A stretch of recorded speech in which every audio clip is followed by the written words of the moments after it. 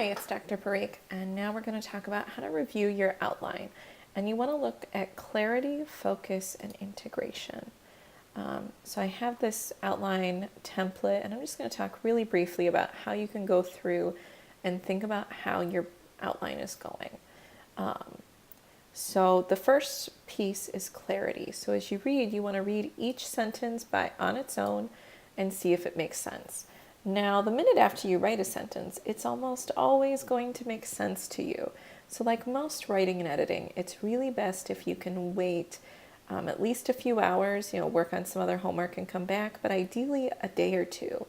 It's also helpful to read a sentence out loud, because sometimes you can hear things and stumble over things because when you're reading silently, especially something you've just written, your brain just kind of skips over all the mistakes.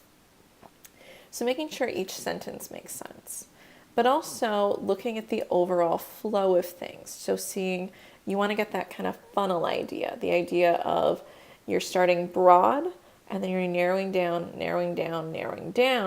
and then the same thing kind of happens within each theme. So you start with a broad statement and then you add more and more details, and then you may go to the next paragraph and do the same, where you start with a broad topic sentence and then you give more and more details to support that idea. And so you get more specific as you go.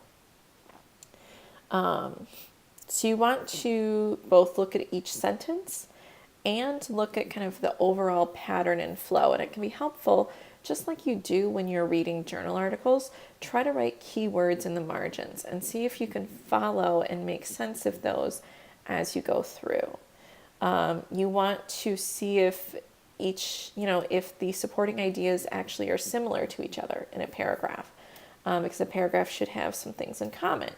You also want to check for integration. So you want to look to see, are you being consistent across different parts of the paper? So especially when you're thinking about, like in the discussion section, you need to make sure there's consistency between the limitations and the future research. But you also, for this paper, I require you to do a certain amount of mixing citations. So you're required to have at least citations from at least 2 different articles in each paragraph. And you're required to have citations from 3 articles total in each theme.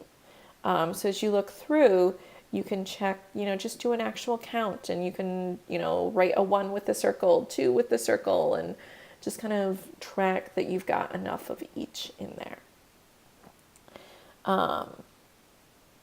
As you review an outline, it's always helpful to have someone else read it.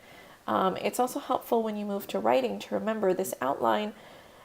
In a lot of ways, it's kind of handing you the paper on a plate, but it's not done yet. You're going to, for almost all of these, you're still going to have to either switch the way some things are written or add some extra sentences in the middle or extra phrases to help the reader follow. Signpost words like first, second, third, finally, those things help the reader keep track as you go. You can also use signpost words like but, however. Don't start a sentence with but or and. But you can use those sorts of words in the sentence. You can use words like however, although, another. These kinds of words give the reader a sense of, how am I supposed to apply the information you're about to give me to what you've already told me? What am I supposed to think about it?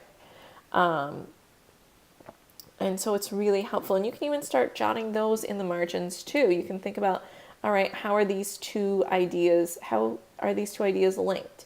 Are they contradicting each other? Then you might use a word like however or although. Are they supporting each other? You might use words like therefore or unsurprisingly or another example. And so you want to think about how you can really make this information as easy as possible for the reader. Because readers have hard jobs. You do a lot of reading. It's hard to figure out what this person is trying to say.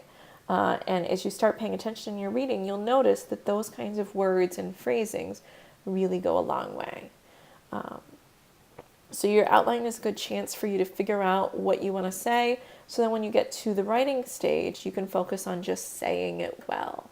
And the work you're doing on the outline really lays the groundwork for a phenomenal paper that I look forward to reading. Thanks. Bye.